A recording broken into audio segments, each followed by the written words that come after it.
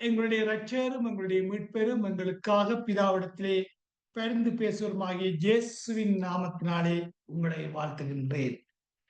நாங்கள் இப்பொழுது யாக்கோபை குறித்து படித்து வருகின்றோம். யாக்கோபு என்ற கதாபாத்திரத்துக்கூடாக நாங்கள் சில பாடங்களை கற்று வருகின்றோம். நாங்கள் இறுதியாக போன முறை பார்த்தோம், யாக்கோபுடைய பலவீனங்களை குறித்து நாங்கள் பார்த்தோம். இன்றைய நாளிலும் நாங்கள் யாக்கோபுடைய பலன் அல்லது அவரிடத்தில் இருக்கின்ற நன்மைத்தன்மையான விடயங்கள் என்னவென்று நாங்கள் பார்க்க போகின்றோம். யாக்கோபுடைய பலன் அவருடைய நன்மைத்தன்மையை குறித்து நாங்கள் பார்க்கின்ற பொழுது, யாக்கோபு தன்னுடைய வாழ்க்கையில் ஏற்பட்ட ஏமாற்றங்கள், தன்னுடைய வாழ்க்கையில் ஏற்பட்ட தவறுகள், பலவீனங்கள் அனைத்தையும் இறுதியிலே உணர்ந்து கொள்ளுகின்றார். அப்ப யாக்கோபை குறித்து பார்க்கின்ற பொழுது அவர் தன்னுடைய வாழ்க்கையில செய்த ஏமாற்ற காரியங்கள், அவர் செய்த தவறுகள், அவரிடத்தில் இருந்த பலவீனங்கள் அனைத்தையும் இறுதியிலே அவர் என்ன செய்கின்றார்? உணர்ந்து கொள்ளுகின்றார். அவர் தன்னை பாதுகாப்பதற்கு தேவன் மீது அவர் தன்னுடைய விசுவாசத்தை வைத்துக் கொள்வதை நாங்கள் காணுகின்றோம். அப்ப ஒருவேளை சொல்ல போனால் பிரச்சனைகள், நெருக்கங்கள், போராட்டங்கள் வருகின்ற பொழுது தேவனுடைய பாதுகாப்பு, பராமரிப்பு தேவை என்பதை உணர்ந்து தேவன் மீது அவருடைய விசுவாசத்தை வைத்திருப்பதை நாங்கள் காணுகின்றோம். வாசிப்போம். ஆதியாகமம் 32ஆம் அதிகாரம் 9 12 வரை. ஆதியாகமம் 32ஆம் அதிகாரம் 9 12 வரை. தயவு செய்து ஒருவர் வாசிக்கின்ற பொழுது மற்றவர்களுடைய வேதாகமத்தோடு நிதானித்துக் கொள்ளும். பின்பு யாக்கோபு, என் தகப்பனாகிய ஆபிரகாமின் தேவனும் என் தகப்பனாகிய ஈசாக்கின் தேவனுமாய் இருக்கிறவரே, உன் தேசத்துக்கும் உன் இனத்தடத்திற்கும் திரும்பிப்போ, உனக்கு நன்மை செய்வேன் என்று என்னுடனே சொல்லியிருக்கிற கர்த்தாவே, அடியேனுக்கு தேவரீர் காண்பித்த எல்லா தயவுக்கும் எல்லா சத்தியத்துக்கும் நான் எவ்வளவேனும் பாத்திரன் அல்ல. நான் கோலும் கையுமாய் இந்த ஜோர்தானை கடந்து போனேன். இப்பொழுது இவ்விரண்டு பரிவாரங்களையும் உடையவனானேன். என் சகோதரனாகிய ஏசாவின் கைக்கு என்னை தப்புவியும், அவன் வந்து என்னையும் பிள்ளைகளையும் தாய்மார்களையும் முறியடிப்பான் என்று அவனுக்கு நான் பயந்திருக்கிறேன். தேவரீரோ, நான் உனக்கு மெய்யாகவே நன்மை செய்து உன் சந்ததியை எண்ணி முடியாத கடற்கரை மணலைப் போல மிகவும் பெருக பண்ணுவேன் என்று சொன்னீரே என்றான். நாங்கள் பார்க்கின்றோம், ஒரு வயது சொல்ல போனால் யாக்கோபு இதை உணர்ந்து கொள்வதற்கு ஒரு நீண்ட காலம் எடுத்ததாக இருக்கின்றது. சோ அவனுடைய முந்திய கேரக்டர், முதல் இருந்த கேரக்டர், அவன் ஒரு ஏமாற்றுக்காரன், பல தவறுகள் செய்தவனாக இருக்கின்றான், பலவிதமான பலவீனங்கள் கொண்டவனாக இருக்கின்றான். அவன் இவற்றையெல்லாம் ஒரு உணர்ந்து கொள்வதற்கு, இதெல்லாம் ஒரு தவறென்று அவன் அறிந்து கொள்வதற்கு ஒரு நீண்ட காலம் எடுத்ததை நாங்கள் காணுகின்றோம். அங்கே 32ஆம் அதிகாரம் 10ஆம் வசனத்தை நாங்கள் பார்க்கின்ற பொழுது, அந்த வசனத்தின்படி தகுதி அற்றவன் என்பதை அவன் உணர்ந்து கொள்ளுகின்றான். நான் ஒரு தகுதி அற்றவன் என்பதை அவன் உணர்ந்து கொள்ளுகின்றான். அப்ப தேவனின் தயவை அவன் உணர்ந்து கொள்ளுகின்றான். ஒருவேளை சொல்ல போனால் பிரச்சனைகள், நெருக்கங்கள், போராட்டங்கள், பலவிதமான இன்னல் நிறைந்த சூழ்நிலைகள் வருகின்ற பொழுது தேவனுடைய தயவை வேண்டி நிற்கின்றது. தேவனுடைய தயவை வேண்டி நிற்கின்ற பொழுது, அந்த தேவனுடைய தயவு எங்களுடைய வாழ்விலே செயல்படுகின்ற பொழுதுதான் நாங்கள் எண்ணிக்கொள்கின்றோம், என்ன, நாங்கள் ஒரு தகுதியற்ற பாத்திரம் என்பதை நாங்கள் என்ன செய்கின்றோம்? உணர்ந்து கொள்வோம். இது சிலவேளை இந்த விஷயங்களை நாங்கள் உணர்ந்து கொள்வதற்கு சிலவேளை நீண்ட நாட்கள், நீண்ட வருடங்கள் கூட எடுக்கலாம். அங்கே யாக்கோபுடைய வாழ்க்கையிலே பார்க்கின்றோம், அவன் இவற்றை உணர்ந்து கொள்வதற்கு ஒரு நீண்ட காலம் எடுத்ததாக நாங்கள் பார்க்கின்றோம். அவன் உணர்ந்து கொண்டால் தன்னுடைய வாழ்க்கையில் உள்ள நல்ல விடயங்கள், இன்னைக்கு நாங்கள் எங்களுடைய வாழ்க்கையை பார்க்கின்ற பொழுது எங்களுடைய வாழ்க்கையில் இருக்கின்ற நல்ல விடயங்கள், அவன் இந்த நல்ல விடயங்களை பார்க்கின்ற பொழுது தேவனின் ஆசீர்வாதங்களின் காரணமாய்த்தான் இந்த நல்ல விடயங்கள் அங்கே யாக்கோபுடைய வாழ்விலே செயல்பட்டது. அப்ப அவனுடைய வாழ்க்கையில இருந்த நல்ல விஷயங்களை பார்க்கின்ற பொழுது அது தேவனுடைய ஆசீர்வாதங்களின் காரணமா. அப்ப தேவன் உண்மை உள்ளவர் என்பதையும் தன்னுடைய வாக்கை காத்துக் கொள்ளுகிறவர் என்பதையும் அவன் உணர்ந்தார். அவ ஒருவேளை சொல்ல போனால் அவன் தன்னுடைய வாழ்க்கையிலே ஏற்பட்ட நன்மை தன்மைகளை நோக்கி பார்க்கின்ற பொழுது இவையெல்லாம் தேவனுடைய ஆசீர்வாதத்தின் காரணங்கள்.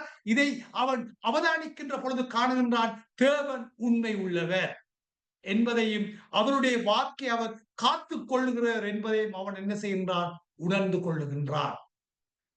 யாக்கோபு ஆபத்தான சூழ்நிலைக்குள்ளே போகின்ற போது அவன் தேவனின் இரக்கத்தையும் அவருடைய வாக்கையும் உரிமை பாராட்டுகின்றான். ஒருவேளை சொல்ல போனால் தேவன் ஆபிரகாமுக்கு கொடுத்த வாக்கு, ஈசாக்கு கொடுத்த வாக்கு, அந்த ஈசாக்கு கூடாக அங்கே அது யாக்கோபு கடத்தப்படுகின்றது. தேவன் கொடுத்த வாக்கை உரிமை பாராட்டுகின்றவனாக இருக்கின்றான். தேவனுடைய ஒரு முக்கியமான குணாம்சத்திலே ஒன்று என்ன, அவர் கிருபை உள்ளவர், அவர் இரக்கம் உள்ளவர். அவருடைய அந்த குணாம்சத்தையும் அவன் என்ன செய்கின்றான், உரிமை பாராட்டுகின்றவனாக செயல்படுவதை நாங்கள் காணுகின்றோம். ஒருவேளை சொல்ல போனால் சில வேளையிலே எங்களுடைய வாழ்க்கையிலே நாங்கள் புரிந்து கொள்ள வேண்டும், ஆபத்தான சூழ்நிலை வருகின்ற போது எல்லா பக்கத்தாலே நெருக்கு வேற ஆபத்தான சூழ்நிலை வருகின்ற பொழுதுதான் அந்த தேவனுடைய இரக்கத்தை கிருபையை உண்மையாய் நாங்கள் என்ன செய்கின்றோம், உணர்ந்து கொள்ளுகின்றவர்களாக மாறுகின்றோம். தேவன் கொடுத்த வாக்குகளை உரிமை பாராட்டுகின்றவர்களாக நாங்கள் மாறுகின்றோம். ஆகவே இந்த சூழ்நிலைக்குள்ளாக யாக்கோபு கடந்து செல்லுகின்ற பொழுதுதான் அதை அவன் உணர்ந்து கொள்வதை நாங்கள் காணுகின்றோம். அடுத்து நான் பார்க்கின்றோம், அவர் தாழ்மையுடன் தேவனுடைய உதவிக்காக தேவனை தேடுகின்றவனாய் அவன் மாறுகின்றான். ஒருவேளை சொல்ல போனால், ஒருவேளை எங்களுடைய உண்மை நிலவரத்தை புரிந்து கொண்டால், நான் யார் என்று சரியாக அறிந்து கொண்டால் தான் நாங்கள் தேவனுடைய உதவிக்காக தேவனை தேடுகின்ற பொழுது தாழ்மையுடன் தேடுவோம். தாழ்மையுடன் நாங்கள் உண்மையில தேவனுடைய உதவி கேட்பதற்கு கூட தகுதி இழந்த மக்களாக இருக்கின்றோம். அந்த தகுதியை இழந்த மக்கள் தேவனுடைய உதவியை கேட்கின்ற பொழுது தாழ்மையோடும் பரிவோடும் என்ன செய்ய வேண்டியிருக்கின்றது, கேட்க வேண்டியவர்களாக இருக்கின்றோம். அப்படிப்பட்ட ஒரு குணாம்சத்தை நாங்கள் யாக்கோபுடைய வாழ்விலே காண்பதை நாங்கள் கண்டுகொள்ளலாம். அவன் தேவனின் கட்டுப்பாட்டுக்குள் தன்னை தாழ்மைப்படுத்தி வைத்திருப்பதை காணலாம். ஒருவேளை சொல்ல போனால் ஒருவேளை முழுக்க அவன் தன்னை தாழ்த்துகின்றான் தேவனுடைய கட்டுப்பாட்டுக்குள். அப்ப தேவனுடைய கட்டுப்பாட்டுக்குள்ளே அவன் அங்கே செல்லுவதை நாங்கள் காணுகின்றோம். ஒருவேளை சொல்ல போனால் ஒரு பாட்டு ஒன்று இருக்கின்றது, அதாவது தேவனுடைய சித்தத்துக்கு அர்ப்பணித்தல், தேவனுடைய சித்தத்துக்கு அர்ப்பணித்தல், அந்த அவருடைய கட்டுப்பாட்டுக்குள்ளே அடங்கி இருத்தல், அந்த கட்டுப்பாட்டுக்குள்ளே தாழ்மையாக செயல்படுதல் என்பதை நாங்கள் யாக்கோபுடைய வாழ்விலே என்ன செய்கின்றோம், காணுகின்றோம். அடுத்து நாங்கள் பார்க்கின்றோம், யாக்கோபு ஒரு உறுதியுடன் தேவனின் ஆசீர்வாதத்தை தனக்காக வேண்டினார். யாக்கோபு உறுதியுடன் தேவனின் ஆசீர்வாதத்தை தனக்காக என்ன செய்தான், வேண்டினான். வாசிப்போம் 32ஆம் அதிகாரம் 22 32. 32ஆம் அதிகாரம் 22 32. தயவு செய்து ஒருத்தர் வாசி. ராத்திரியிலே எழுத்திருந்து தன் 2 மனைவிகளையும் தன் 2 பணிவிடைக்காரிகளையும் தன்னுடைய 11 குமாரரையும் கூட்டிக் கொண்டு யாக்கோப்புக்கு என்கிற ஆற்றின் துறைக்கு கடந்தார். அவர்களை சேர்ந்த ஆற்றை கடக்க பண்ணி தனக்கு உண்டான யாவையும் அக்கறைப்படுத்தினான். யாக்கோப்பு பிந்தி தரித்திருந்தான். அப்பொழுது ஒரு புருஷன் பொழுது விடியும் அளவும் அவனுடனே போராடி அவனை கொள்ளாததை கண்டு அவனுடைய தொடை சந்தை தொட்டான். அதனால் அவருடனே போராடுகையில் யாக்கோப்பு தொடை சந்து சுளுக்கிட்டு. யாக்கோபு தனியாக விடப்பட்டிருந்தான். அவன் இந்த சூழ்நிலையை நாங்கள் வாசித்த சூழ்நிலையை பார்க்கின்ற பொழுது அவன் குடும்பத்தோடு ஒரு பிரயாணப்பட்டு வருகின்ற பொழுது இந்த இக்கட்டான சூழ்நிலையிலே அவன் தனியாக விடப்பட்டிருந்தான். அவன் ஒரு வகையிலே எல்லா நிலவரங்களிலும் தனிமையாக இருக்கின்ற சூழ்நிலை. எல்லா நிலவரங்களிலும் தனிமையாக இருக்கின்ற சூழ்நிலை. ஒருவேளை சொல்ல போனால் அந்த தனிமையாக இருக்கின்ற சூழ்நிலையில் தான் தேவனுடன் ஆழமாக தொடர்பு கொள்ள அங்க முற்படுகின்றான். இப்ப நான் ஒரு கேள்வி கேட்கின்றேன். எங்க வாழ்க்கையில ஒரு இக்கட்டான சூழ்நிலை, ஒரு இக்கட்டான பிரச்சனை, இது தீர்ப்பதற்கு வழி இல்லை. எல்லா பக்கத்தாலேயும் நெருக்கம், எல்லா பக்கத்தாலேயும் போராட்டம். அப்ப சில வேளையில நாங்கள் தனிமைப்படுத்தப்படுகின்ற சூழ்நிலைக்குள்ளே தள்ளப்படுகின்றோம். தனிமைப்படுத்தப்படுகின்ற சூழ்நிலைக்குள்ளே தள்ளப்படுகின்றோம். இவ்வாறு தனிமைப்படுத்தப்படுகின்ற சூழ்நிலைக்குள்ளே தள்ளப்படுகின்ற பொழுது நீங்கள் யாராவது தேவனுடன் ஆழமான தொடர்பு கொண்டிருக்கிறீர்களா? தேவனோடு ஆழமான தொடர்பு கொண்டிருக்கிறீர்களா? எல்லா சூழ்நிலையும் தனிமையில விடப்பட்ட சூழல், யாரும் எங்களுக்கு ஆதரவு கொடுப்பார் யாரும் இல்லை, எங்களுக்கு உதவுவார் யாரும் இல்லை, எங்களை தேடுவார் யாரும் இல்லை, எங்களுக்கு எந்த விதத்திலேயும் ஆறுதல் சொல்வதற்கு யாரும் இல்லை. அப்படிப்பட்ட ஒரு சூழ்நிலையிலே தேவனோடு ஆழமான தொடர்பு, தேவனை உண்மையாக தேடுகின்ற நிலை, தேவனோடு உண்மையாக ஐக்கியப்படுகின்ற ஒரு நிலையை நாங்கள் அனுபவித்தது உண்டா என்று கேட்டால் என்ன பதில் சொல்லுவீங்க? வாசிப்போம். 32:28 32:28 ஆதியாகமம். அப்பொழுது அவர், உன் பேர் இனி யாக்கோபு எனப்படாமல் இஸ்ரவேல் எனப்படும், தேவனோடும் மனிதரோடும் போராடி மேற்கொண்டாயே என்றார். அங்கே யாக்கோபை பற்றி சொல்கின்ற பொழுது இவன் மனிதனோடும் போராடி மேற்கொண்டான். தேவனோடும் மனிதனோடும் போராடி மேற்கொண்டான். சொல்ல போனா ஒரு இந்த தனிமையிலே அவன் தேவனோடு போராடுகின்றவனாக இருக்கின்றான். வாழ்வா சாவா என்ற நிலைவரத்திலே ஒரு போராட்டம். ஆனா இந்த போராட்டத்திலே அவன் இறுதி வரை அவன் போராடி கொண்டிருக்கின்றான். அந்த போராட்டத்தின் முடிவு என்ன சொல்லுகின்றது சொன்னால், என்ன சொல்லுகின்றது? தேவனோடும் மனிதரோடும் போராடி மேற்கொண்டாய். அவன் இந்த இடத்துல நாம் பார்க்கின்றோம், யாக்கோபுடைய பேர் மாற்றப்படுகின்றது. யாக்கோபுடைய பேரும் என்ன செய்யப்படுகின்றது? மாற்றப்படுகின்றது. என்ன பேர்? இஸ்ரவேலாக அவன் மாற்றம் பெறுகின்றான். இஸ்ரவேலாக அவனுடைய பேர் என்ன செய்யப்படுகின்றது? மாற்றப்படுகின்றது. இந்த பேர் மாற்றமானது முக்கிய அடையாளமாய் இங்கே காணப்படுகின்றது. ஒரு முக்கிய அடையாளமாக இங்கே என்ன செய்யப்படுகின்றது? காணப்படும். ஒரு சொல்ல போனால் இந்த பேர் மாற்றமானது அவருடைய சொந்த குண அம்சங்களிலிருந்து முக்கிய மாற்றங்களை ஏற்படுத்துகின்றது. அதாவது அவன் முன்பு இருந்த அவனுடைய குண அம்சங்களிலிருந்து அவன் இப்ப மாற்றப்பட்டவனாக, அவன் அங்கே சரிப்படுத்தப்பட்டவனாக, அங்கே அவன் இப்ப முழுவதும் தேவனோடு பயணிக்கின்றவனாக அது என்ன செய்கின்றது? காட்டுகின்றது அந்த பேர் மாற்றம். அதான் இப்ப சொல்ற, நீ யாக்கோபு இல்ல, இனி இஸ்ரவேல் என்று அவனுடைய பேர் என்ன செய்யப்படுகின்ற மாற்றம் பெறுகின்றது. அப்ப ஒரு வேலை சொல்லுகின்றார், தேவனோடு ஒரு ஆழமான உறவை நாங்கள் வைத்திருக்கின்ற பொழுது, தேவனை மெய்யாக தேடுகின்ற பொழுது, தேவனோடு நாங்கள் ஒரு சரியான ஐக்கியத்திலே போராடுகின்ற பொழுது, தேவனோடு நாங்கள் அந்த பயணிக்கின்ற பொழுது எங்களுடைய வாழ்க்கை மாற்றம் பெறுகின்றதாக மாறுகின்றது. சோ ஒருவேளை முன்பு இருந்த சாயலை விட இப்ப சாயல் மாறுகின்றது. முன்பு இருந்த நிலையை விட இப்பத்த நிலை மாற்றம் பெறுகின்றதாக அங்கே இருப்பதை நாங்கள் என்ன செய்கின்றோம்? காணுகின்றோம். அதை யாக்கோபுடைய வாழ்விலே நாங்கள் அதை கண்டோம். அது எங்களுடைய வாழ்விலும் உண்மையாக இருப்பது என்பதை நாங்கள் உணர்ந்து அனுபவிக்க வேண்டியவர்களாக இருக்கின்றோம்.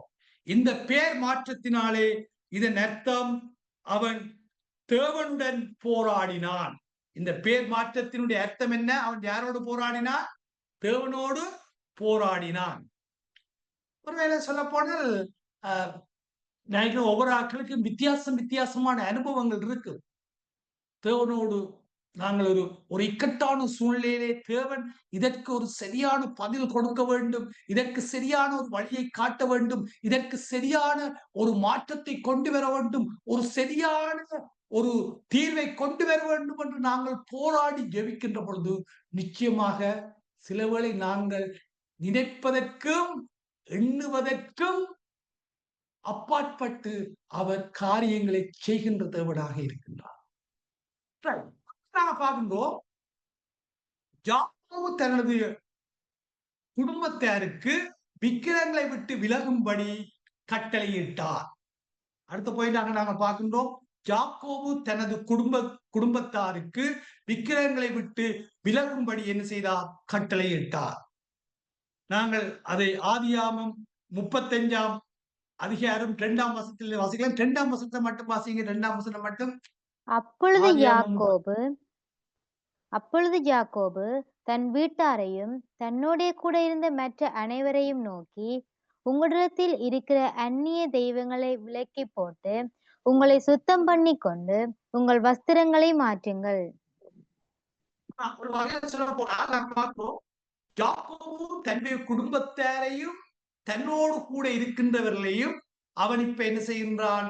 அங்கே அவன் கொடுக்கின்ற ஒரு கட்டளை என்று சொல்லலாம். என்ன? உங்களிடத்தில் இருக்கின்ற அந்நிய தெய்வங்களை விக்கிரகங்களை எல்லாம் என்ன செய்ய வேண்டும்? அகற்றி விட வேண்டும். அவன் யாக்கோபு ஒரு குடும்பத்தின்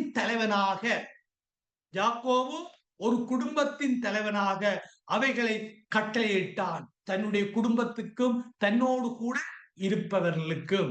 அவர் யாக்கோபு ஒரு குடும்ப தலைவனாக அவனுடைய பொறுப்புகளை அங்கே செயல்படுத்துவதை நாங்கள் காண்கின்றோம். அவனுடைய பொறுப்புகளை செயல்படுத்துவதை காண்கின்றோம். அங்கே தன்னுடைய குடும்பங்களோடு இருக்கின்றவர்களையும் சரியான வழியில் சரியான பாதையில் அவர்களை வழி நடத்துவதற்கு.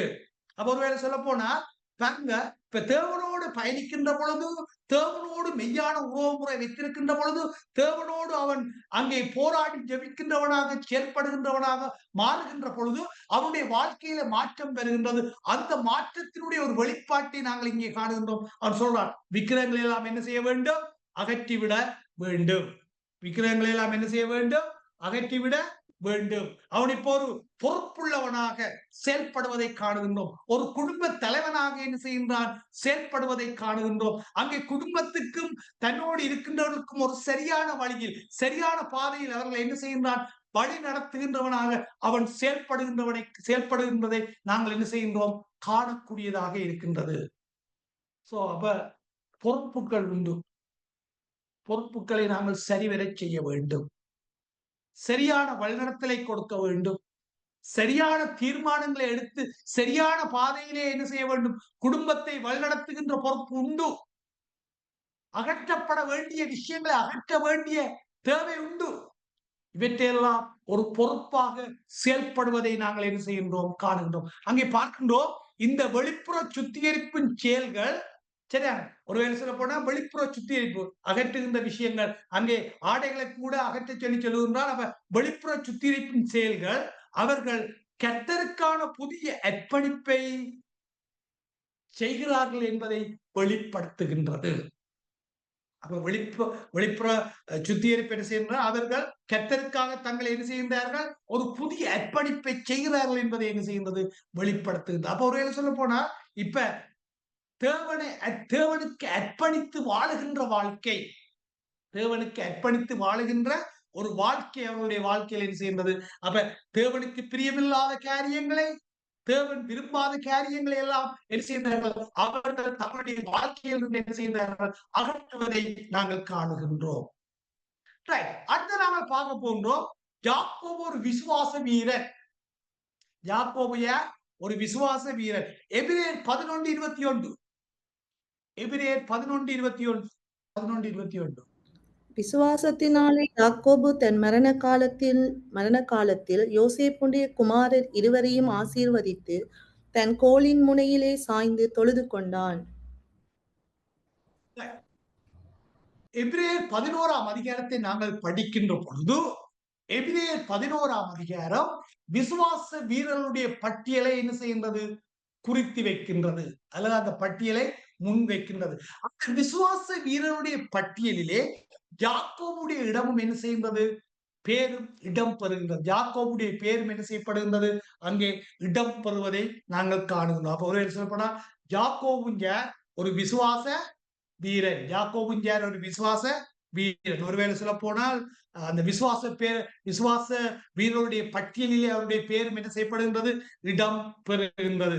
அவன் எபிரேய நிருபர் தெளிவாக சொல்லுகின்ற, அவன் தேவனின் வாக்குத்தத்தங்களில் விசுவாசம் வைத்திருந்தான். அவனுக்காக அவன் சந்ததிக்காக அவனுடைய சந்ததி கூடாக தேவன் செய்ய போன்ற காரியத்தை குறித்தும் அவன் விசுவாசித்தான். ஒருவேளை சொல்ல போனால் தேவன் ஆபிரகாமுக்கு கொடுத்த அந்த வாக்கு தத்தத்தை அங்கு ஈசாக்கு கடத்தப்படுகின்றது, ஈசாக்கில இருந்து யாக்கோபுக்கு கடத்தப்படுகின்றது. யாக்கோபுடைய சந்ததி கூடாக தேவன் முன்குறித்து வைத்த அந்த வாக்கு தத்தத்தை தேவன் நிறைவேற்றுவார் என்பதை குறித்து அவன் விசுவாசம் வைத்த ஒரு விசுவாச வீரனாக இருப்பதை நாங்கள் என்ன செய்கின்றோம்? காணுகின்றோம். ஆதியாகமம் 47:9 வாசிப்போம். ஆதியாகமம் 47:9. அதற்கு யாக்கோபு, நான் பரதேசியாய் சஞ்சரித்த நாட்கள் 130 வருஷம். என் ஆயுசு நாட்கள் கொஞ்சமும் சஞ்சலமும் உள்ளதுமாய் இருக்கிறது. அவைகள் பரதேசிகளாய் சஞ்சரித்த என் பிதாக்களுடைய ஆயுசு நாட்களுக்கு வந்து எட்டவில்லை என்று பார்வோனுடனே சொன்னான். அப்ப நாங்க அடுத்த பார்க்கிறோம், யாக்கோபு 130 வருடத்துக்கு மேல் கொஞ்ச காலம் வாழ்ந்து ஏத்திலே என்ன செய்தான்? மரித்தான். அப்ப யாக்கோபு 130 வருஷமும் ஒரு கொஞ்ச காலம். சரியாக எத்தனை வயசு வரையும் வாழ்ந்து யாக்கோபு சரியாக எத்தனை வயசு வரையும் வாழ்ந்தன்னு சொல்லப்படையில அங்க 120 வருடமும் மேலும் கொஞ்ச காலமும் அவன் வாழ்ந்து ஏத்திலே என்ன செய்தானா? மரித்தான். அப்ப யாக்கோபு தான் மரிப்பதற்கு முன்பு அவன் பிரியமாக நேசித்த, மிகவும் அன்பு வைத்து, மிகவும் பாசம் வைத்த தன்னுடைய யோசேப்பை மீண்டும் என்ன செய்தான்? அவன் சந்தித்தான். அதுவும் அவனுக்கு கிடைச்ச ஒரு சலாக்கியமாக இருக்கின்றது. அவன் ஒரு வயசுல போனா அவன் இறுதி காலத்தில் அவன் மரிக்கின்ற தருவாயிலே அவன் மிகுந்த மகிழ்ச்சியோடு என்ன செய்கின்றான்?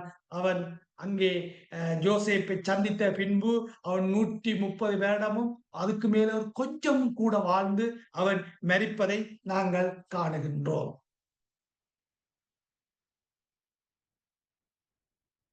நாங்கள் அவதானித்துக் கொள்வோம், யாக்கோபின் வாழ்வில் இருந்து கற்றுக்கொள்ளுகின்ற பாடங்கள்.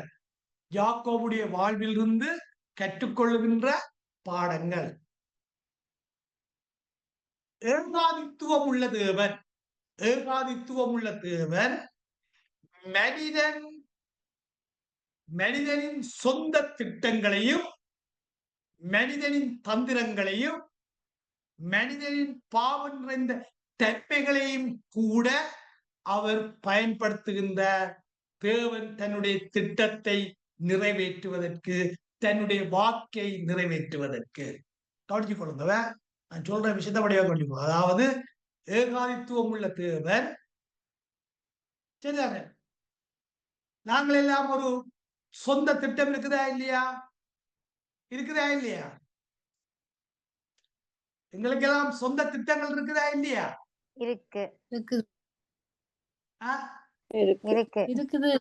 இருக்குது. தந்திரங்கள் இருக்குதா இல்லையா? பாவம் நிறைந்த தன்மைகள் இருக்குதா இல்லையா? இருக்குது. அதாவது எங்களுடைய சொந்த திட்டங்கள், தந்திரங்கள், பாவம் நிறைந்த தன்மைகள் கூட இப்படிப்பட்ட காரியங்கள் இருக்குது.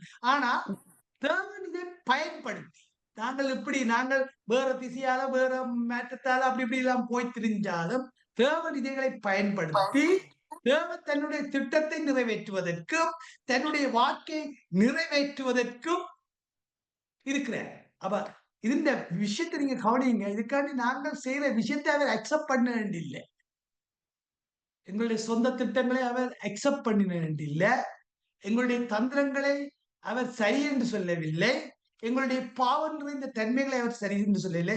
நாங்கள் இப்படிப்பட்டவர்களாக இருந்தாலும் தேவன் தன்னுடைய திட்டத்தை நிறைவேற்றுகின்றார், தன்னுடைய வாக்கை என்ன செய்கின்றார்? நிறைவேற்றுகின்றார். இப்ப உதாரணத்துக்கு நாங்க பார்க்கலாம், யாக்கோபு பல ஐடியாஸ், பல திட்டங்களை யாக்கோபு வச்சிருந்தார். மனிதன் அவன் அவன் அவன் பல திட்டங்கள் கூடாதான் ஏமாற்றி சில விஷயங்களை என்ன செய்தான் பெற்றுக்கொண்டான். சில தந்திரோபாயங்களை அவன் என்ன செய்தான் பயன்படுத்தினான்.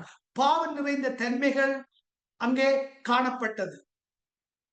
ஆனால் கவனிச்சுக்கொள்ளுங்க, எங்களுடைய மனித திட்டங்களோ எங்களுடைய தந்திரங்களோ பாவம் நிறைந்த தன்மைகளோ, அந்த பாவம் நிறைந்த தன்மைகள் தந்திரங்கள் மனித திட்டங்களுடைய விளைவுகளுக்கு அவன் முகம் கொடுக்க வேண்டி இருந்ததா இல்லையா? என்ன சொல்றீங்க? இருந்தது. முகம் கொடுக்க வேண்டி இருந்ததா இல்லையா? இருந்தது. இருந்தது. மெத்தாக்கள் என்ன சொல்றீங்க? அவன மனித திட்டங்கள் தந்திரங்கள் பாவம் நிறைந்த தன்மையின் விளைவுகளுக்கு முகம் கொடுக்க வேண்டி இருந்ததா இல்லையா? இருந்தது. இருந்தது. நாங்கள் முகம் கொடுக்கின்றோமா இல்லையா? முகம் கொடுக்கிறோம். எங்களுடைய திட்டங்களின் படி, எங்களுடைய தந்திரங்களின் படி, எங்களுடைய பாவம் நிறைந்த தன்மையின்படி அதனால் ஏற்படுகின்ற விளைவுகளுக்கு நாங்கள் முகம் கொடுக்கின்றோமா இல்லையா? கொடுக்கின்றோம். அவன் யாக்கோபுடைய வாழ்வில் நாங்கள் இதை காணுகின்றோம். யாக்கோபுடைய வாழ்வில் நாங்கள் இதை என்ன செய்கின்றோம்? காணுகின்றோம். அப்ப தேவன் இந்த தவறுகளை ஏற்றுக்கொள்ளவில்லை. இப்ப யாக்கோபு செய்த தந்திரங்களை அவர் ஏற்றுக்கொள்ளவில்லை, அவருடைய மனித திட்டங்களை ஏற்றுக்கொள்ளவில்லை, அவருடைய பாவம் நிறைந்த தன்மைகளை ஏற்றுக்கொள்ளவில்லை. மாறாக இப்படி மனிதன் இருந்தாலும் தேவன் தன்னுடைய திட்டத்தை நிறைவேற்றுகின்ற தேவன், தன்னுடைய வாக்கை நிறைவேற்றுகின்ற தேவனாக இருக்கின்றார். அப்ப தேவன் தான் கொடுத்த வாக்குக்கு அப்போ உண்மை உள்ளவராக இருக்கின்றார். தேவன் தான் கொடுத்த வாக்குக்கு என்னவாக இருக்கின்றார்? உண்மை உள்ளவராக இருக்கின்றார். அப்ப ஒருவேளை சொல்ல போனால் தேவன் ஒரு வாக்கை கொடுத்திருக்கின்றார், அந்த வாக்கை அவர் நிறைவேற்றுவார், அந்த வாக்குக்கு அவர் உண்மை உள்ளவராக இருந்தால் அந்த வாக்கை நாங்கள் அனுபவிக்க வேண்டும் என்று சொன்னால் தேவனிடத்திலே காத்திருக்க வேண்டும். யாக்கோபு தேவனிடத்தில் என்ன செய்திருக்க வேண்டும்? காத்திருக்க வேண்டும். தேவனிடத்திலே அவன் காத்திருந்திருந்தால் தேவனுடைய திட்டத்தின்படி, தேவனுடைய விருப்பத்தின்படி, தேவன் அந்த வாக்கு உண்மை உள்ளவர் என்பதை அவன் இன்னும் என்ன செய்திருப்பான்? அதை முதலே அனுபவித்திருப்பான். அவன் காத்திருந்தான். அவனுக்கு இந்த ஏமாற்றத்தினாலே தந்திரத்தினாலே அவன் உண்மையற்ற தன்மையினாலே அவனுடைய மனித திட்டத்தினாலே அவன் பல விளைவுகளை என்ன செய்திருக்க வேண்டிய அவசியம் வந்திருக்காது, சந்திக்க வேண்டி வந்திருக்காது. பார்ப்போம். விதைக்கிறதே அறுவடை செய்ய வேண்டும். ஏற்றுக்கொள்றீங்களா? விதைக்கிறதே அறுவடை செய்ய வேண்டும். அவன் யாக்கோபின் ஏமாற்றுகின்ற காரியம், சதி செய்கின்ற காரியம், அதனால என்ன? அவனுக்கும் ஏசாவுக்கும் மோதல். ஏசாவுக்கு பயந்து என்ன செய்ய வேண்டி இருக்கின்றது? வீட்டை விட்டே ஓட வேண்டி இருக்கின்றது. நான் பார்க்கின்றோம், அந்த சரித்திரத்தை படிக்கின்ற பொழுது அவன் இறுதியில தன்னுடைய தாயை கூட அவன் காணவில்லை. அவன் வீட்டை விட்டு என்ன செய்ய வேண்டியிருக்கின்றது? ஓட வேண்டிய நிலை. யாக்கோபுக்கும் ஈசாவுக்கும் தந்தைக்கும் என்ன அங்கே ஒருவேளை சொல்ல போனால் கடுமையான மனமடிவை உண்டாக்குகின்றது. அப்ப அண்ணனுக்கும் தம்பிக்கும் சரி, அங்கே அப்பாவோடையும் சரி என்ன நடக்கின்றது? கடுமையான மனமடிவை அது என்ன செய்கின்றது? உண்டாக்குவதை காணுகின்றோம். அப்ப பாருங்க, இது இன்றைக்கு முன்பதானே. நாங்கள் ஏமாற்றுகின்ற பொழுது, சதி செய்கின்ற பொழுது உறவுகள் உடைகின்றதா இல்லையா? உடைகின்றது. உடைகின்றதா இல்லையா? அப்ப எத்தனை பேரோட உறவு உடைஞ்சு இருக்கிறீங்க? பல பேரோட. பல பேரோட. நீங்க உடைச்சிருந்தீங்களா இல்ல அவங்க உடைச்சவங்களா?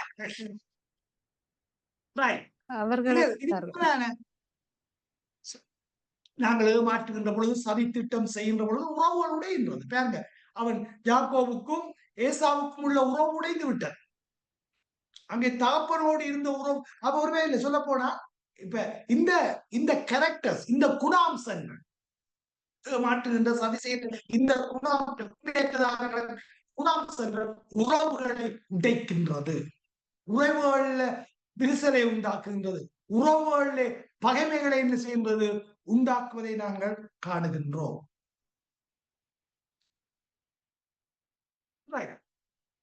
இந்த ஏமாற்றுகின்ற சதி செய்கின்ற காரியத்தை சரிதாங்க தந்திரமாக காரியங்களை செய்கின்ற விடயங்களிலே நாங்கள் பார்க்கின்றோம். லாமானும் என்ன செய்கின்றான்?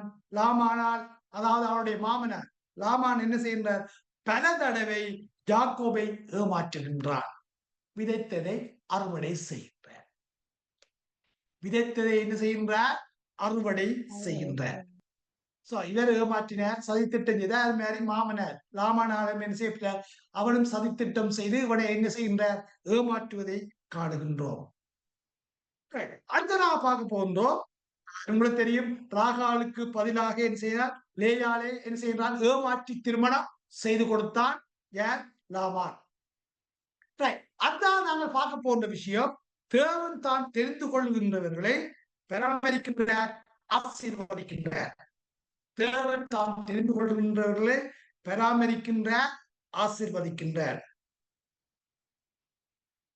தேவனங்களை தெரிந்து கொண்டாரா? எத்தனை பேர் விசுவாசிக்கிறீர்கள் தேவனங்களை தெரிந்து கொண்டார் என்று? தேவனங்களை தெரிந்து கொண்டார் எத்தனை பேர் விசுவாசிக்கிறீங்க?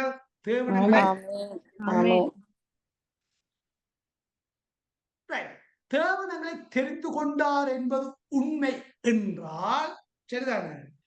மனிதனின் மோசமான திட்டங்கள் அதை நிறுத்த முடியாது. தேவன் எங்களை தெரிந்து கொண்டது உண்மையானா மனிதனின் மோசமான திட்டங்கள் அதை என்ன செய்ய முடியாது? நிறுத்த முடியாது. யாக்கோபை தேவன் தெரிந்து கொண்டாரா இல்லையா? ஆனால் அவன் அங்கே இங்கே எல்லாம் பாதை விட்டு வழி தவறி எல்லாம் போனாலும் தேவனுடைய தெரிவு அவனை விடவில்லை. தேவனுடைய தெரிவு அவனை என்ன செய்யவில்லை? விடவில்லை. அவன் எவ்வளவு மோசமானவனாக இருந்த பொழுதிலும் தேவனுடைய தெரிவு அவனை விடவில்லை.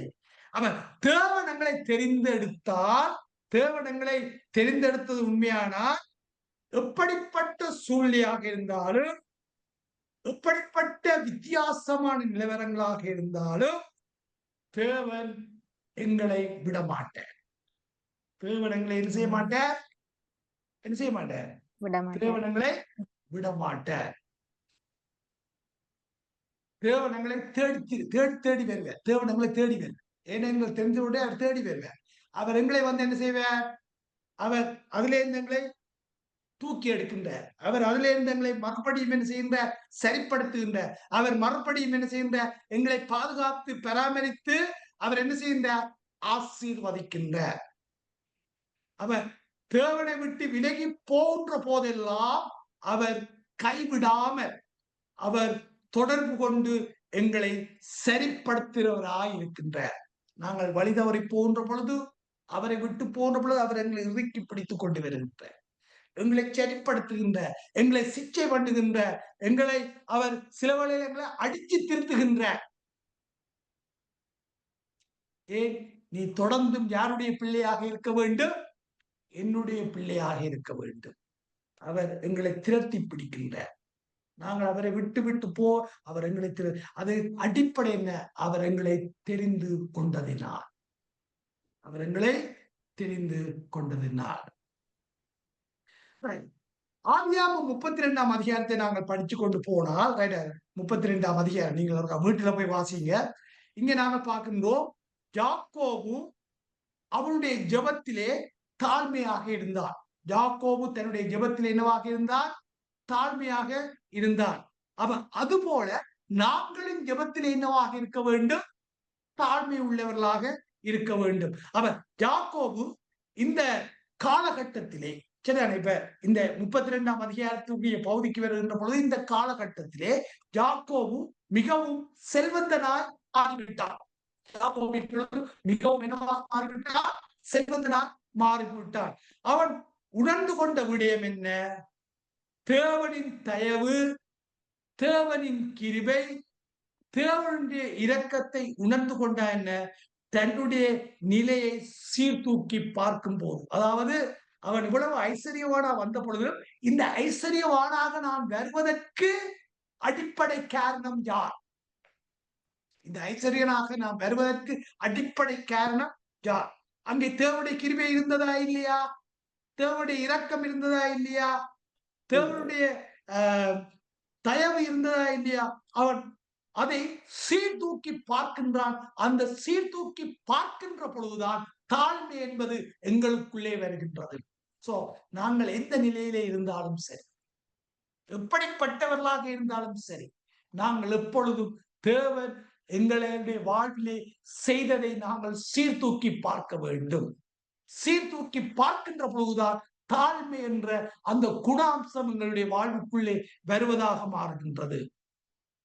அவன் செய்த ஜெபம் எங்களுக்கு காட்டுகின்ற விடயம் என்னன்னு சொன்னா, எப்படி தாழ்மையாக இருக்க வேண்டும் என்பதை. அவன் செய்த ஜெபம் எங்களுக்கு காட்டுகின்ற விடயம் என்று சொன்னால், எப்படி தாழ்மையாக இருக்க வேண்டும் என்பதை, எப்படி தேவனுக்கு மகிமை செலுத்த வேண்டும் என்பதையும். அதாவது தாழ்மையாக இருக்க வேண்டும்.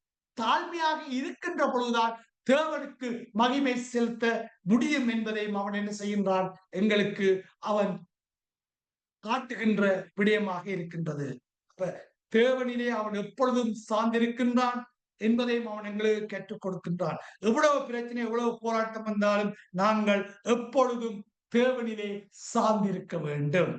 தேவனிலே இப்ப உதாரணத்துக்கு நீங்க பாருங்க, நீங்க ஒரு சிம்பிள் விஷயத்தை கவனிச்சு கொள்ளுங்க. இவன் இப்ப இந்த சூழ்நிலையில் செல்வந்தனா வந்துட்டான். இப்ப நீங்கள் எங்களுடைய வாழ்க்கையில வளர்ச்சி முன்னேற்றங்கள் வருகின்ற பொழுது, பிளஸ்ஸிங், ஆசீர்வாதங்கள், வளர்ச்சி, முன்னேற்றங்கள், அபிவிருத்திகள் வருகின்ற பொழுது நாங்கள் எப்பவும் என்னவாக இருப்போம்? என்னவாக இருப்போம்? தாழ்மையா இருக்கும். தாழ்மை உள்ளவர்களாக இருப்போம். என்னவாக இருப்போம் என்று தாழ்மையாக இருக்க வேண்டும் என்ற சரி, என்னவாக இருப்போம்? பிரக்திகளாக உங்களுக்கு நல்ல ஆசீர்வாதங்கள் வருகின்ற பொழுது, நல்ல வளர்ச்சி வருகின்ற பொழுது, நல்ல முன்னேற்றங்கள் வருகின்ற பொழுது, நல்ல அபிவிருத்தி வருகின்ற பொழுது நாங்கள் பிஸியாக மாறுகின்றோம். பெருமை வருகின்றது, எங்களுக்குள்ள ஒரு ஆணவத்தன்மை வருகின்றது, எங்களுக்குள்ளே அகம்பாவம் வருகின்றது. இப்படிப்பட்ட நிலவரங்கள் வருகின்றதா இல்லையா? இப்படிப்பட்ட நிலவரம் கொண்டவர்களை நாங்கள் காணுகின்றோமா இல்லையா? காணுகின்றோம். என்ன சொல்றீங்க மெட்டாக? நிச்சயமா காண்கின்றோம். நிச்சயமா காண்கின்றோம். என்ன சொல்றீங்க?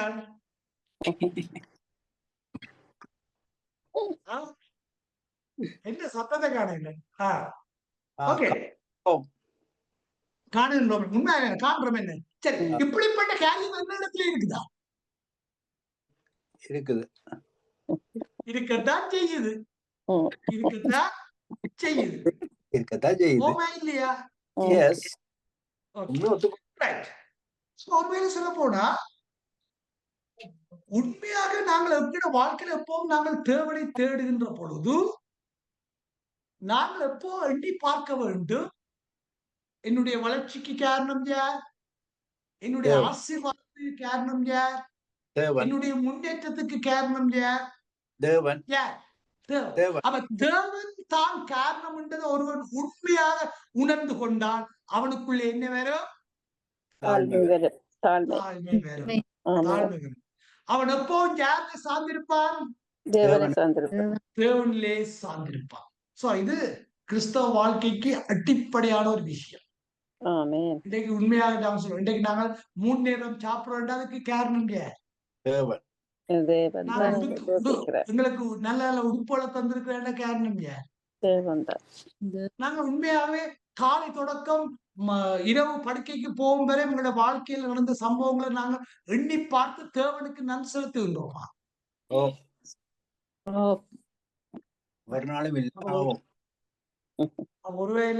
ஒரு வகையில சொல்ல போனால் நாங்கள் எப்பவும் என்ன செய்யணும்? தாழ்மையோடு தேவனை தேட வேண்டும். உண்மையாக தாழ்மையோடு தேவனை தேடினா மற்றாக்களோடு இருக்கிற உறவிலேயும் என்ன தென்படும்? தாழ்மை தென்படுமா இல்லையா?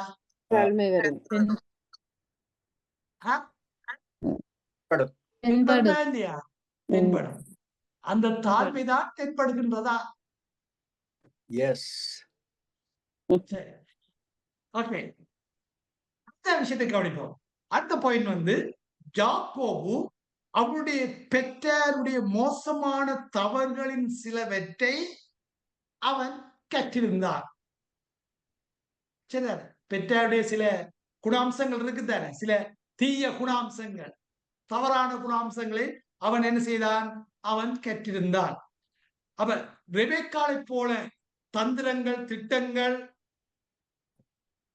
போன்ற காரியங்கள், ரெபெக்கா இடத்துல கற்றுக்கொண்ட விஷயங்கள், தந்திரங்கள், திட்டங்கள் போன்ற விஷயங்கள், பிள்ளைகள் மீது என்ன பாகுபாடு காட்டுகின்ற தன்மைகள், இப்படிப்பட்ட விஷயத்தை யாக்கோபு தன்னுடைய பெற்ற இடத்திலே தான் என்ன செய்தார், கற்று கொண்டார். அப்ப பெற்ற மிக முக்கியமாக இருக்கின்றவர்கள் யாருக்கு, அவருடைய பிள்ளைகளுக்கு மாதிரியாக. சரியா? இப்ப நான் உங்கள்ட்ட கேட்கிறேன், உங்களுடைய குண அம்சங்கள் இல்ல, திருமணமாகி பிள்ளைகள், வளர்ந்த பிள்ளைகள், சிறு பிள்ளைகள் வைத்திருப்பவர்கள்ட்ட நான் கேட்கிற ஒரு விஷயம் வந்து, உங்களுடைய ஏதாவது தீய குணங்கள் உங்களுடைய பிள்ளைகளிடத்துல இருக்குதா?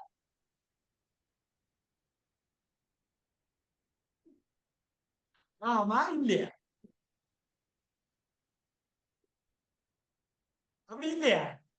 இருக்கு கேட்ட பாஸ்டர். பிள்ளையா கேட்டதும் இல்ல இருக்குது இருக்குது இருக்குது. இருக்கு. ஸ்டீவன் பாஸ் என்ன சொல்றீங்க? இருக்கு பாஸ், இருக்குது பாஸ். இப்ப நானும் இந்த பிள்ளைகிட்ட காணக்கூடியதா இருக்குது. எங்கள்ட்ட இருக்கிற சில தீய குணங்கள் பிள்ளைகளிடத்துல இருக்குது. ஏன்னா பிள்ளைகளுக்கு எப்போ மாதிரியாக இருப்பவர்கள் யார்? பெற்றோர்.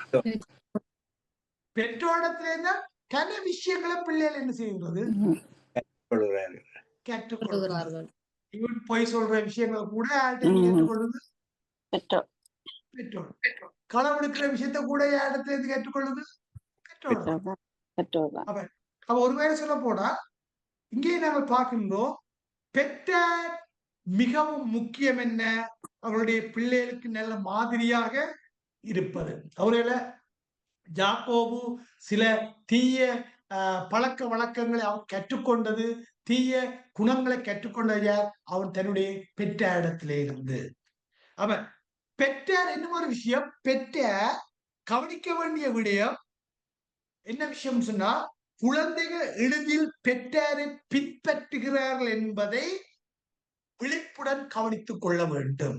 அப்ப ஒரு பெற்றோருக்கு தெரிய வேணும், நான் சரியான முறையில சரியான மாதிரியாக இருந்தால்தான் என்னுடைய பிள்ளை யாரை பின்பற்றும், என்ன பின்பற்றும். உங்களுக்கு தெரியும், இப்ப உதாரணத்துக்கு இந்த பஸ் இருக்குதானே, பஸ்ல வந்து ஒரு உதாரணத்தை சொல்றேன். பஸ்ல வந்து டிரைவர் சிகரெட் பத்துவேன், டிரைவர் என்ன செய்வேன், சிகரெட் பத்துவேன். ஆனா பஸ்ல போர்ட் போட்டிருக்கும் என்ன, தயவு செய்து புகைத்தல் தடை செய்யப்பட்டுள்ளது.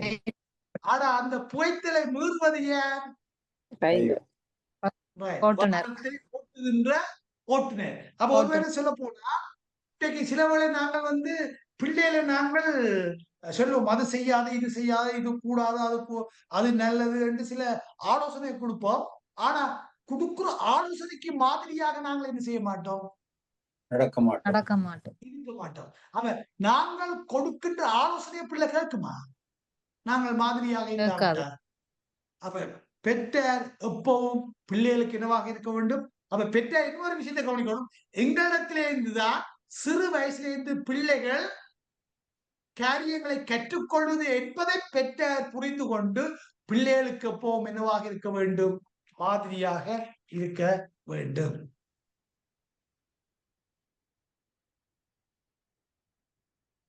அடுத்த விஷயமா நாங்க பார்க்க போறோம், யாக்கோபின் வாழ்க்கையிலிருந்து அவதானிக்கின்ற பொழுது நாங்கள் நிறைய பாவங்களை செய்கிறவர்களாயும் நிறைய பலவீனங்கள் கொண்டவர்களாயும் இருக்கின்றோம். அப்ப யாக்கோபோடு எங்களுடைய வாழ்க்கையை பார்க்கின்ற பொழுது யாக்கோபை போல நிறைய தவறுகள், பாவங்கள் செய்கின்றவர்களாயும் நிறைய பலவீனங்கள் கொண்டவர்களாயும் இருக்கின்றோம். தேவன் யாக்கோபை அன்பு செய்தார், தேவன் யாக்கோபை தெரிவு செய்தார். அப்ப தேவன் யாக்கோபை அன்பு செய்தார், தேவன் யாக்கோபை தெரிவு செய்தார், கிறிஸ்துடைய மூதாதைய ஆதி பிதாவாய் இருப்பதற்கு. சோ அந்த தெரிவிலே ஒரு விஷயத்தை பார்க்கிறோம், என்ன, கிறிஸ்துவுடைய வருகைக்கு முன்னாய்த்தம் செய்யப்பட்டவர்கள். கிறிஸ்துவுடைய மூதாதையருடைய பட்டியலே ஆதி, அதாவது ஆதி பிதாக்களுடைய பட்டியலிலே அங்கே யாக்கோபுடைய பெயர் இடம்பெறுகின்றது. அந்த சந்ததியிலே தான் யார் வந்தது? எங்களுடைய இரட்சகரும் மேசியாவுமாகிய கிறிஸ்து பிறந்தார்.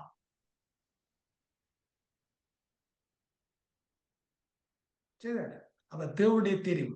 அவர் தேவன் யாக்கோபை மன்னித்தார், அவன் மீது இரக்கத்தை கிருபையை காட்டினார், இரக்கம் நிறைந்தவராய் இருந்தார். அவர் சொல்லப்படால் யாக்கோபுடைய பாவங்களை அவர் மன்னித்தார், அவர் மீது கிருபையை காட்டினார், அவன் மீது இரக்கம் நிறைந்தவராய் என்ன செய்தார்? அவர் செயல்பட்டார். யாக்கோபு எப்ப தேவனை சரியாக அறிந்து கொள்ள, புரிந்து கொள்ள, விளங்கிக் கொள்ள முற்பட்டானோ, தேவனுக்கு தன்னை முற்றுமாக அர்ப்பணிக்க முற்பட்டானோ, தேவனோடு அவன் எப்பொழுது அங்கே போராடி ஜெபித்து அங்கே தேவனோடு ஜெபத்திலே வெற்றி பெற்றானோ, அப்ப ஒன்றன் பின் ஒன்றாக அவனுடைய வாழ்க்கை மாறியது. ஒன்றன் பின் ஒன்றாக அவனுடைய வாழ்க்கை என்ன செய்யது? மாறியது. அப்ப கிறிஸ்தவ வாழ்விலே எங்களுடைய வாழ்க்கை நாளுக்கு நாள் என்ன செய்ய வேண்டும்? மாற்றம் பெற வேண்டும். நாளுக்கு நாள் என்ன செய்ய வேண்டும்? மாற்றம் பெற வேண்டும். எங்களுடைய பலவீனங்களிலிருந்து நாங்கள் என்ன செய்ய வேண்டும்? விடுபட வேண்டும். எங்களுடைய பாவ அடிமைத்தனத்திலிருந்து நாங்கள் நாளுக்கு நாள் என்ன செய்ய வேண்டும்? விடுபட வேண்டும். அப்போ ஒன்றன் பின் ஒன்றாக எங்களுடைய வாழ்க்கை மாற்றம் பெறுகின்ற பொழுதுதான் நாங்கள் தேவனாலே தெரிந்து கொள்ளப்பட்டவர்கள் என்பதை நாங்கள் அடையாளப்படுத்துகின்றோம். இந்த மாற்றம் பெறவில்லை என்று சொன்னால் தேவனாலே தெரிந்து கொள்ளப்பட்டவர்கள் என்பதற்கு அது என்ன இல்லை? அடையாளம் இல்லை. அவை தேவனாலே தெரிந்து கொள்ளப்பட்டோம் என்றதை நாங்கள் உறுதி செய்கின்றோம் என்று சொன்னால் நாளுக்கு நாள் எங்களுடைய வாழ்க்கை என்ன செய்யப்பட வேண்டும்? மாற்றம் பெற வேண்டும். அதை எங்களுடைய வாழ்விலே நாங்கள் காண வேண்டும். மற்றவர்களும் எங்களுடைய வாழ்விலே அதை கண்டுகொள்ள வேண்டும். கேள்வி ஏதாவது